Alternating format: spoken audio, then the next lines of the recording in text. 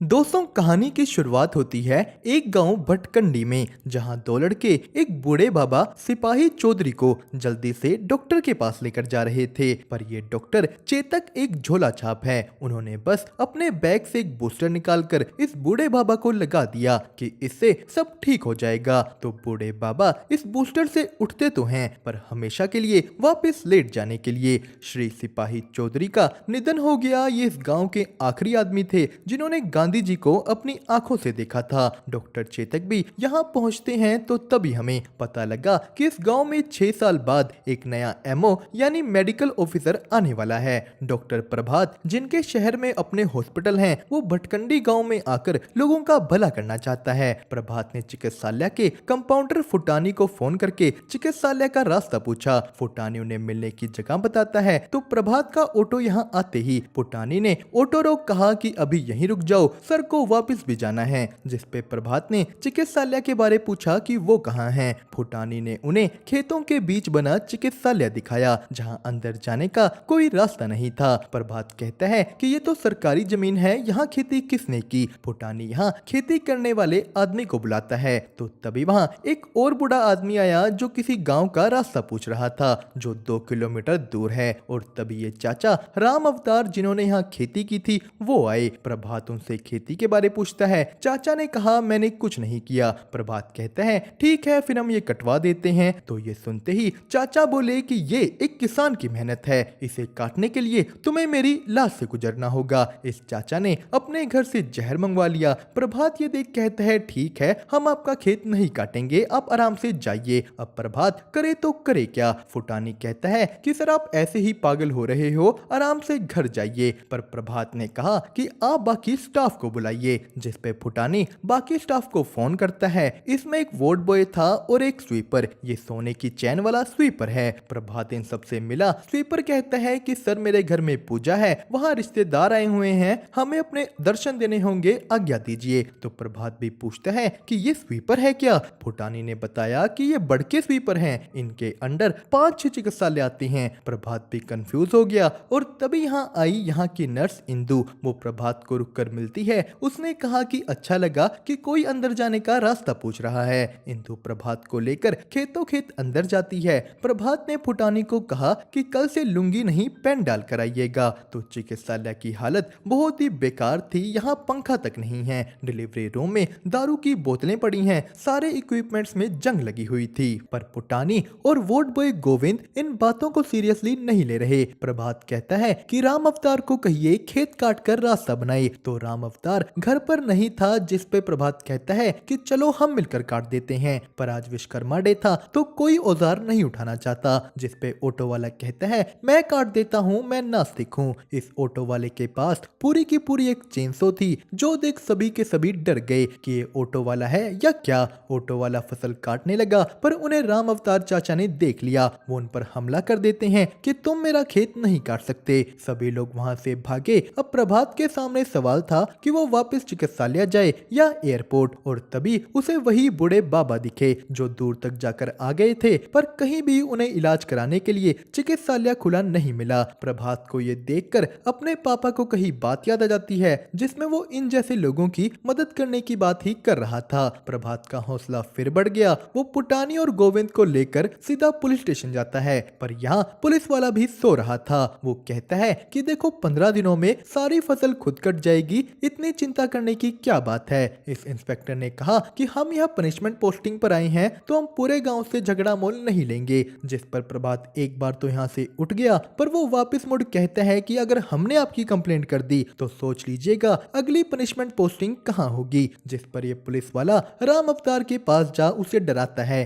कि कल के कल सारी फसल काट कर रास्ता बन जाना चाहिए। तो सीन शिफ्ट होता है अगले दिन पर। प्रभात अपने गेस्ट हाउस से एक लड़की को जाते देखता है और तभी वहां गोविंद आ गया। वो प्रभात के लिए अपने घर से खाना लाया था। गोविंद और प्रभात चिकित्सालय पहुंचे। यहाँ राम अवतार चाचा अपनी फसल काट रास्ता बना चुके थे और यहीं चिकित्सालय में बड़ा स्वीपर छोटे स्वीपर यानी ढेलू को लेकर आया है कि अब से चिकित्सालय का सारा काम ये करेगा, हम चलते हैं। अब इस चीज से प्रभात खुश तो नहीं था, पर ढेलू बेचारे के पास यही काम है। तो चिकित्सालय में नए इक्विपमेंट्स भी आ चुके थे। गोविंद प्रभात को कहता है कि हमने आपको फॉलो किया है, आप हमें फॉलो बैक कर देना। गोविंद प्रभात के साथ फोटो खींचने में लग जाता है, जिस चीज से प्रभात गुस्सा हो गया। तो गोविंद पुटानी को कहता है कि ऐसे गुस्से वाले आदमी से पंगे नहीं लेने चाहिए, ये बात हमने बचपन में ही सीख ली थी। गोविंद बताता है कि एक बार मेरे पापा ड्यूटी से सस्पेंड होकर घर रहने लगे और उन्होंने इसी वक्त में खेत में भिंडी लगा दी। उन्हें अपनी भिंडी से बहुत प्यार था। हमारे घर में भी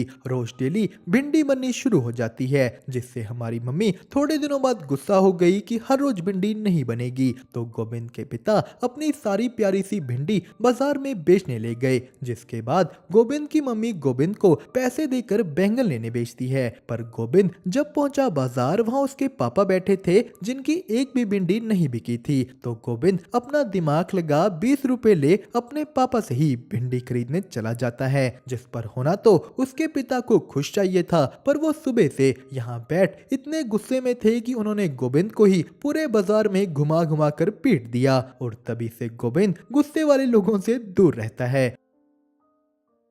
तो तभी प्रभात ने पुटानी से दवाइयां मांगी कि ये दवाइयां मुझे ला दीजिए, पर पुटानी ने तो सारी की सारी दवाइयां पहले ही बेच डाली थी और वो भी पूरी 50-60 हजार की। जिस पर गोविंद कहता है कि वो खेत ना काटने पर पुलिस ले आए थे, आपका क्या होगा। तो सीन शिफ्ट हुआ इंदु और प्रभात पर। प्रभात सबको बताने के लिए कि चिकित्सालय में एक डॉक्टर आ चुका है, इंदु के साथ एक वुमेन कैंप में गया। वो जाते जाते गोविंद को कहता है कि तुम भी कुछ करो, जिसके बाद कहानी जाती है पुटानी पर। वो गांव के कमिश्नर के पास गया कि जो दवाइयां मैंने दी थी वो पड़ी हैं क्या। कमिश्नर ने कहा कि नहीं, वो तो सारी की सारी बिक गई। कमिश्नर पुटानी को एक भी दवाई वापस नहीं करना चाहता। तो सीन शिफ्ट हुआ टीकाकरण कैंप में, जहां प्रभात सबको चिकित्सालय के बारे बताता है कि मैं आपका इलाज वहां बिल्कुल फ्री में करूंगा। पर यहीं प्रभात को पता लगा कि यहाँ गाँव में एक और डॉक्टर भी है। इंदु ने कहा, पुटानी जी ने आपको नहीं बताया क्या। इंदु यहाँ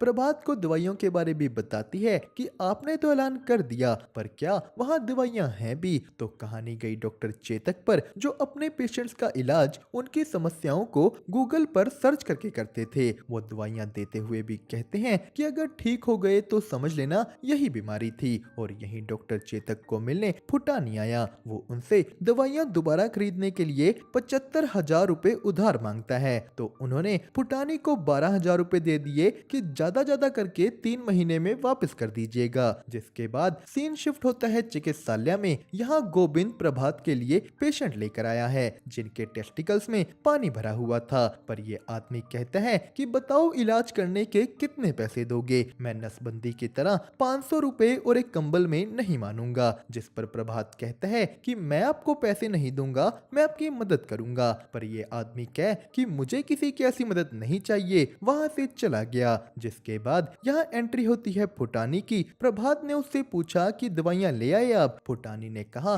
कि वो तो खत्म हो गई हैं सर। जिस पे प्रभात कहता है कि 3 दिन पहले आई दवाइयाँ खत्म भी हो गई। प्रभात ने गुस्से में कहा कि अब मुझे लगता है कि आपकी भी कंप्लेंट सीएमओ साहब को करनी होगी। तो घर वापस जाते हुए प्रभात एक दूसरे चिकित्सालय की डॉक्टर गर्गी से मिलता है। वो यहाँ खुद अपनी बल्ब ठीक कर रही थी, क्योंकि इलेक्ट्रिशियन इस एरिया में नहीं आता।